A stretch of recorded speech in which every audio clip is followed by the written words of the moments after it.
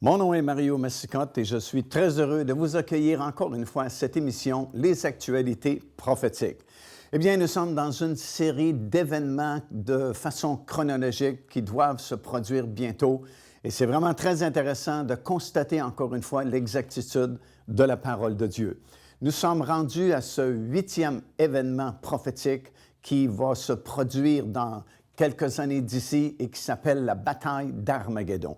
Ce que nous avons étudié jusqu'à présent, bien sûr, ce sont les jugements de Dieu qui ont commencé à s'abattre sur cette terre à partir du premier sceau qui a été brisé du livre à 7 sceaux que Jean avait vu dans la main droite de celui qui était assis sur le trône après qu'il fut ravi en esprit au ciel. Et tout le long de ces 7 sceaux, évidemment, chaque fois qu'un sceau est brisé, c'est un jugement qui s'abat sur la planète Terre. Et lorsque le 7e sceau sera brisé, cela donne naissance à 7 jugements qui sont symbolisés par le son de 7 anges qui vont sonner 7 trompettes. Et à chaque fois qu'un son de trompette est entendu, un autre jugement, malheureusement, s'abat sur la planète Terre jusqu'à la 7e trompette.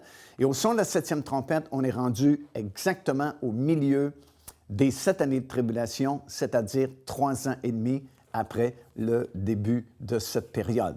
Après l'apparition de cet homme comme gouvernement mondial, comme on a expliqué, il y a ce faux prophète qui fait son apparition soudainement et qui va profiter du fait que cet homme a été assassiné pour le ramener, semble-t-il, à la vie, et va demander aux gens d'adorer cet homme-là parce qu'il a vaincu le dernier ennemi qu'on n'avait jamais été capable de vaincre, la mort. Et c'est comme une preuve vivante que cet homme a vaincu la mort et qu'automatiquement, il est proclamé comme Dieu.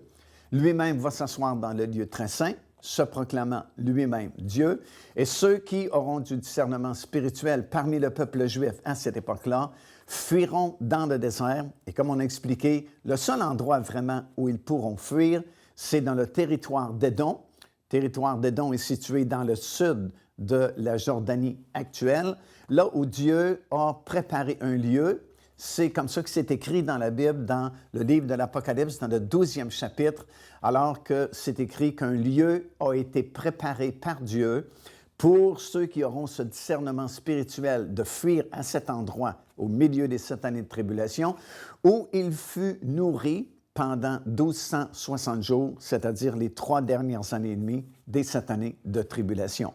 Et à compter de ce moment-là, ça va être un temps très dur parce que souvent on appelle cette période, donc les 3 dernières années et demie de ces 7 années de tribulation, la grande tribulation parce que les jugements sont encore plus sévères et ce sont les jugements des 7 dernières coupes de Dieu qui vont arriver à ce moment-là. Et ça va prendre à peu près toute la période de 3 ans et demi pour l'accomplissement de ces 7 dernières coupes de jugement qui seront très durs et ce sera un temps vraiment très, très difficile pour Israël et pour le monde aussi en général. Comme on a dit aussi, Dieu va envoyer 2 témoins et ces 2 témoins pourront faire un ministère surtout envers Israël pendant cette période-là de 1260 jours, la dernière partie des 7 années de tribulation, parce qu'évidemment, ils seront tellement déçus, ils seront tellement trompés par cet homme-là, parce qu'ils auront accepté cet homme comme leur Messie au tout début et vont bien réaliser que ça ne peut pas être leur Messie puisque lui-même va contredire la loi de Dieu. Alors, ces 2 témoins spéciaux, dont un est Élie, ça c'est certain parce que nous avons son nom mentionné dans la parole du Seigneur, et nous pensons que le deuxième c'est Enoch, parce que ce sont les 2 seules personnes qui n'ont pas vu la mort, vont vraiment prêcher à Israël et préparer Israël pour la venue de leur vrai Messie qui va se pointer à la fin de cette dernière période de 3 ans et demi. À ce moment-là, lorsque le Seigneur va poser son pied sur le sommet de la montagne des Oliviers, c'est parce que toutes les nations du monde auront envoyé leurs représentants dans la vallée de Jezréel et le prochain événement majeur qui va se produire, prophétiquement parlant, c'est la fameuse bataille d'Armageddon. Maintenant, même dans le monde, à l'extérieur de l'Église, même à l'extérieur du contexte biblique, ce mot-là signifie guerre.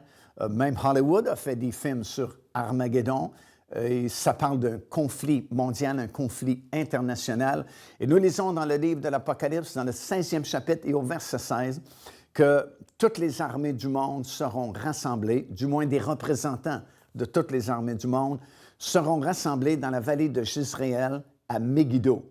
Ça dit bien dans Apocalypse 16, ils les rassemblèrent dans un lieu appelé en hébreu Armageddon ou Armageddo, c'est la même chose. Le mot Har en hébreu veut dire montagne et Megiddo, Megiddo, c'est la même chose. Alors c'est cet endroit-là qui a été le théâtre de plusieurs guerres dans les années passées. C'est l'endroit où ces armées vont se rassembler. Et contrairement à la pensée populaire, la bataille n'aura pas lieu dans cette vallée-là, mais uniquement le lieu de rassemblement de ces armées qui vont monter sur Jérusalem pour détruire le peuple juif, si c'est possible. Procurez-vous cet enseignement disponible dès maintenant sur notre site web au www.paindevie.org. En visitant notre boutique web, vous pourrez commander ou même télécharger les enseignements. Vous trouverez aussi plusieurs autres produits contenant des centaines de sujets pour votre édification. Alors, il y a beaucoup de versets, évidemment, qui parlent au sujet de cet événement-là prophétique à venir, la bataille d'Armageddon. On les retrouve surtout dans le livre du prophète Zacharie, dans l'Ancien Testament, et dans le livre de l'Apocalypse, il en est question également. C'est à la fin de cette période, de cette année de tribulation, que finalement, des représentants d'à peu près toutes les nations du monde, qui seront à ce moment-là, bien sûr, sous le contrôle de cet homme que la Bible appelle l'Antéchrist. Et leur désir, c'est de non seulement détruire la ville de Jérusalem, mais d'effacer la race juive de la planète Terre. Alors, lorsque les armées seront rassemblées dans la vallée de Jezréel, à Megiddo ou Armageddon, de cet endroit, ils vont monter sur Jérusalem. Et vous avez une description assez claire qui nous est donnée dans le livre du prophète Zacharie, justement, et qui nous explique que déjà, le tiers de la ville est tombé et que la plupart des habitants de la ville de Jérusalem, malheureusement, vont souffrir énormément. Et c'est à ce moment-là que le Seigneur Jésus-Christ va revenir. Alors, le prochain événement prophétique à venir, de façon chronologique, après, bien sûr, l'attaque sur la ville de Jérusalem, c'est le retour du Seigneur Jésus-Christ, la deuxième phase de son retour, comme nous avons déjà expliqué. La première phase de son retour, c'était tout simplement dans les airs, et ce sont ceux qui étaient prêts qui sont montés à sa rencontre, comme Paul le décrit dans l'Épître aux Thessaloniciens. Mais à la fin, c'est lui, le Seigneur Jésus-Christ, qui va revenir sur la terre cette fois-là pour mettre un terme à la bataille d'Armageddon et établir son royaume sur la planète qui ne passera jamais. Mais c'est vraiment intéressant parce que avant même que le Seigneur ne revienne et ne touche le sommet de la montagne des Oliviers, il va tout d'abord se rendre à Bozra. Bozra, c'était la capitale du territoire d'Édom, anciennement.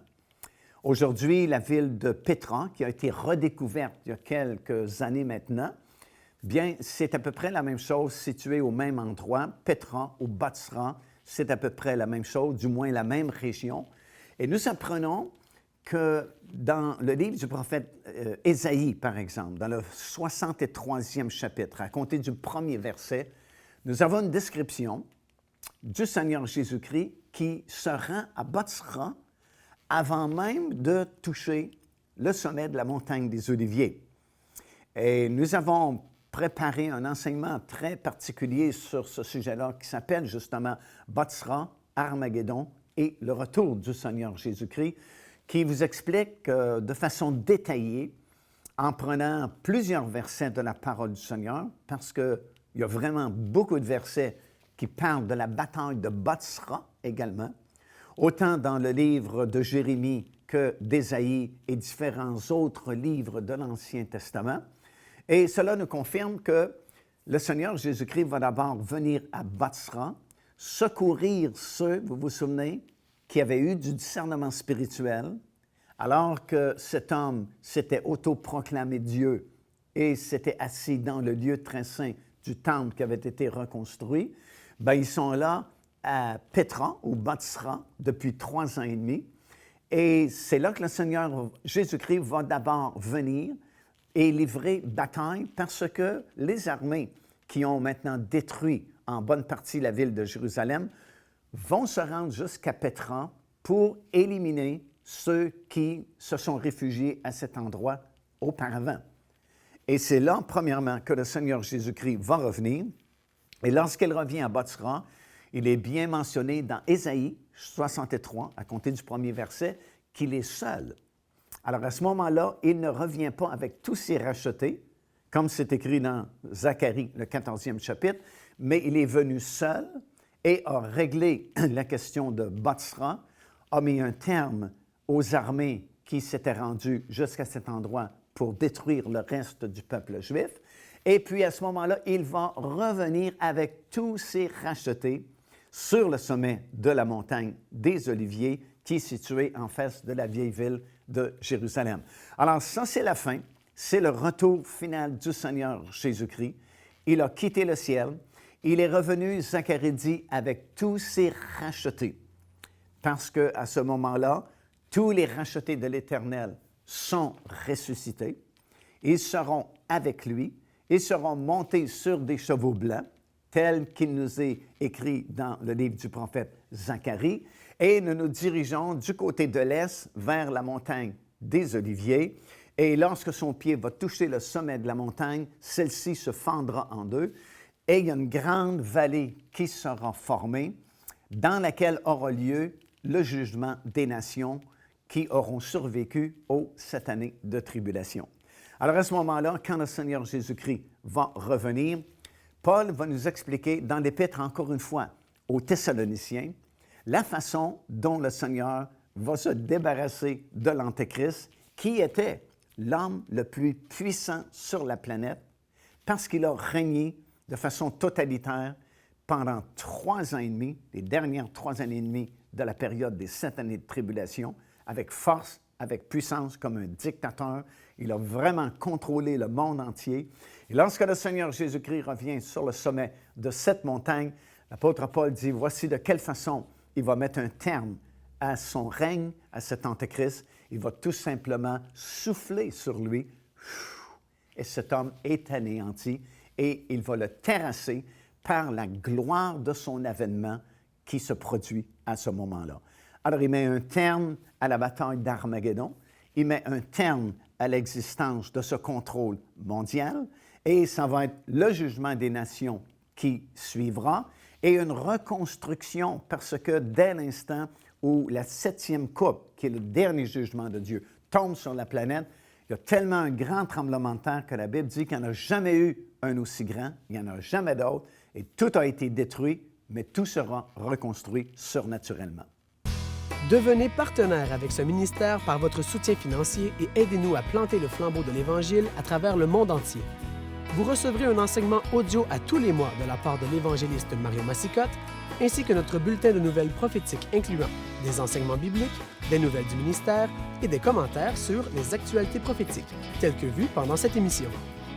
Débutez dès aujourd'hui en visitant notre site web www.paindevie.org ou par courriel à info@paindevie.org ou en nous écrivant à Pain de Vie, casier postal 426 800 Square Victoria, Montréal, Québec, H4Z 1J7.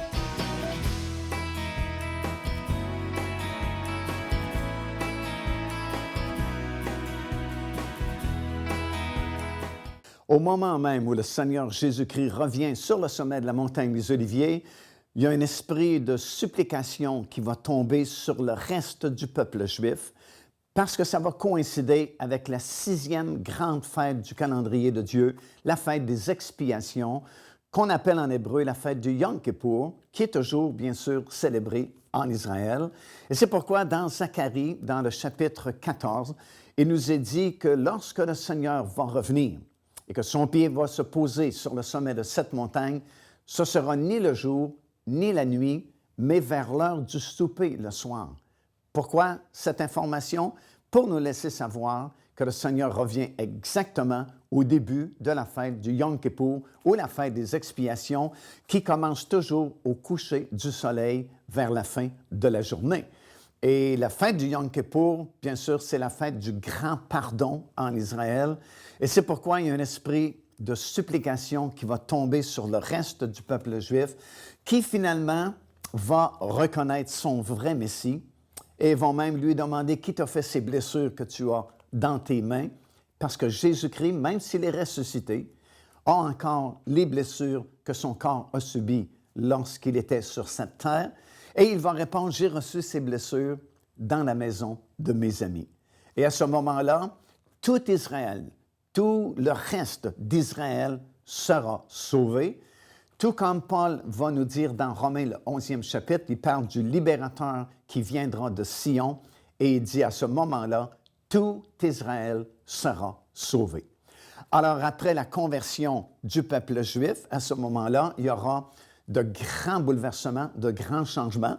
Et il y a un autre événement prophétique qui se produira à cet instant-là, alors que tous les survivants parmi les nations du monde, survivants des 7 années de tribulation, parce qu'évidemment, ce ne sont pas tous les gens qui seront exterminés durant les 7 années de tribulation, bien que des millions et des millions de personnes qui mourront durant ces périodes-là, mais il y aura des survivants. Et la Bible dit que Dieu va envoyer ses anges aux 4 coins de la terre et va réunir tous les survivants des 7 années de tribulation parmi toutes les nations du monde dans une grande vallée qui s'appelle la vallée de Josaphat. Maintenant, si vous regardez sur une carte géographique aujourd'hui même, vous ne trouverez pas la vallée de Josaphat. C'est inscrit nulle part sur aucune carte géographique. Mais cette vallée sera créée au moment même où Jésus posera ses pieds sur le sommet de la montagne des Oliviers, puisque le prophète Zacharie dit qu'à ce moment-là, la montagne se fendra en deux et une très grande vallée sera créée, qui deviendra la vallée du jugement final, la vallée du jugement des nations qui auront survécu aux 7 années de tribulation. Alors, tous ces gens seront réunis dans la vallée de Josaphat et le Seigneur Jésus-Christ sera ici, bien sûr, à ce moment-là, en personne. Et tous ces gens seront devant lui et il va séparer tous les survivants des 7 années de tribulation en 2 groupes qu'on appelle les boucs et les brebis dans Matthieu chapitre 25. Alors, si vous allez dans Matthieu chapitre 25, vous allez lire au sujet du jugement des nations. C'est comme ça que c'est écrit le titre de ce chapitre, Jugement des nations. Bien, ce sont les nations qui auront survécu aux 7 années de tribulation. Et ces personnes-là seront jugées d'après leurs bonnes actions, leurs bonnes œuvres qu'ils auront accomplies en faveur d'Israël durant la période des 7 années de tribulation. Alors, les gens qui auront été favorables au peuple juif durant cette période seront récompensés. Ceux qui n'auront pas aidé vraiment Israël seront punis et descendront directement dans le séjour des morts, rejoindre tous les autres morts qui sont encore là, puisque la deuxième résurrection, qui est la résurrection des injustes, n'aura pas lieu avant que le règne de 1000 ans ne soit terminé. Alors, ceux qui sont jugés comme des nations boucs ou des boucs vont descendre dans le séjour des morts, rejoindre tous les autres morts, et ceux qui sont considérés comme brebis, à cause de leurs bonnes œuvres qu'elles auront fait envers le peuple juif, vont pouvoir bénéficier du règne de 1000 ans à titre de nation. Alors, ils seront dans le règne de 1000 ans, dans leur corps physique, à titre de nation, comme nous serons dans le règne de 1000 ans avec nos corps ressuscités. Alors, durant la période du règne de 1000 ans, qui bien sûr va durer 1000 ans, vous aurez 2 classes de citoyens. Vous aurez les nations qui seront dans leur corps physique, ceux qui ont été jugés dignes de participer au règne de 1000 ans, et vous aurez tous les rachetés de l'Éternel qui, eux, seront avec leur corps glorifiés et ressuscités. C'est un peu comme Jésus, après sa résurrection, la Bible nous dit qu'il a vécu pendant 40 jours avec ses disciples dans son corps glorieux. Alors déjà, vous aviez 2 classes de personnes. Vous aviez le Seigneur Jésus-Christ, qui a vécu pendant 40 jours dans son corps glorifié, avec des gens qui étaient dans leur corps physique normal comme Monsieur Tout-le-Monde. Alors, c'est ce que nous aurons durant toute la période du règne de 1000 ans, et ces nations vont repeupler la terre durant toute cette longue période, parce que durant le règne de 1000 ans, il y a très peu de personnes qui vont mourir. La terre elle-même sera changée, et vous avez beaucoup de versets qui décrivent ces événements-là dans la parole de Dieu.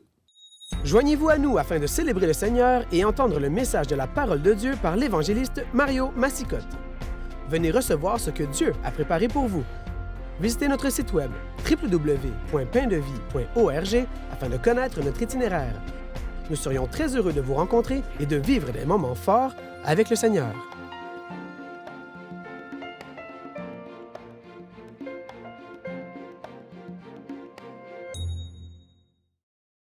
Alors, ce sont des événements très particuliers, très spéciaux qui vont se produire à ce moment-là. C'est un événement prophétique qui est écrit dans la parole du Seigneur, ce jugement des nations, qui va permettre à plusieurs personnes de pouvoir profiter du règne de 1000 ans à titre de nation. Et ces gens-là, comme je viens de mentionner, vont repeupler la terre. Et nous allons commencer dans notre règne avec le Seigneur Jésus-Christ, parce qu'évidemment, maintenant qu'on a connu le Seigneur Jésus-Christ, bien, notre vraie vie à nous, ce n'est pas tellement la vie que nous avons présentement, physique, mais nous vivons surtout pour ce moment-là où le royaume de Dieu, où le gouvernement de Dieu sera établi partout sur la planète. Et la vie que nous avons présentement, c'est vraiment comme si nous étions à l'école du Saint-Esprit afin de nous pratiquer, afin de s'exercer au règne qui arrive bientôt pour nous. Alors, la vie que nous avons présentement, c'est comme une école d'apprentissage, vous savez, pour la vraie vie qui arrivera à ce moment-là pour nous. Et vous avez, encore une fois, plusieurs versets dans la parole du Seigneur qui nous exhortent à être fidèles dans les petites choses de la vie présente. Et le Seigneur dit, si vous êtes fidèles dans les petites choses, bien, je vous en confierai des grandes, parlant du monde à venir. Et il y a beaucoup de détails qui sont donnés, par exemple, par l'apôtre Paul dans l'Épître aux Corinthiens, dans le 15e chapitre, par exemple, là où Paul va parler du monde à venir, de la résurrection, de la vie qui a été préparée dans le futur pour chaque enfant de Dieu qui vont régner avec le Seigneur Jésus-Christ. Et Paul nous explique que nous serons tous différents, nous aurons des règnes différents, nous brillerons de différentes intensités de gloire. Nous aurons, un est donné le gouvernement de 5 villes, un autre le gouvernement de 3 villes, d'autres aucun gouvernement. Il y a des saints, des enfants de Dieu qui vont régner, d'autres qui vont servir. Notre intimité même avec le Seigneur Jésus-Christ ne sera pas la même, et ainsi de suite. Alors, nous vivons vraiment pour le monde à venir, et lorsque ce règne de 1000 ans va débuter, bien, c'est le moment où nous allons entrer dans ce règne avec le Seigneur Jésus-Christ, et nous allons administrer le royaume de Dieu, administrer les choses du gouvernement de Dieu et régner sur ces nations-là qui vont repeupler, évidemment, la terre. Il y aura beaucoup de travaux à exécuter parce qu'évidemment, lorsque cette 7e coupe, comme j'ai déjà mentionné, sera lancée dans les airs, et c'est le dernier jugement de Dieu, il va se produire un tremblement de terre tellement grand qu'on n'en a jamais eu un aussi grand auparavant, et il n'y en aura jamais d'autre non plus. Et finalement, tout ce que l'homme a bâti sera détruit. Mais là, il y aura une reconstruction, et il y aura comme un nettoyage de la planète qui a été vraiment abîmée par ces 7 années de tribulation intense et par les jugements qui sont tombés un peu partout sur les villes et sur les gens durant cette longue période.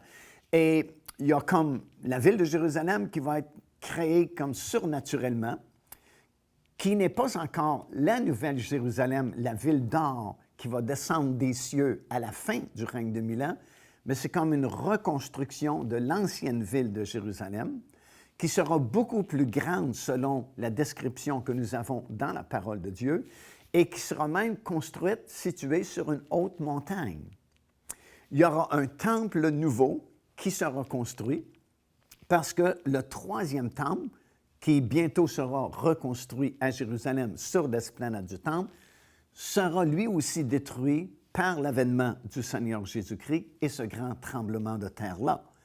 Mais lorsque le Seigneur sera revenu, de façon surnaturelle, un quatrième temple sera bâti.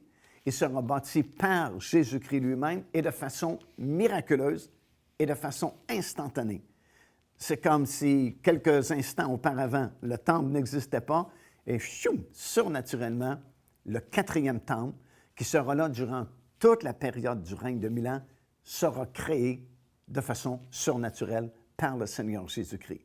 Et ça, c'est tellement important que vous avez pratiquement 3 grands chapitres dans le livre du prophète Ézéchiel qui vous décrit ce quatrième temple dans les moindres détails, si bien qu'on peut calculer la longueur, la largeur, la hauteur de ce futur temple.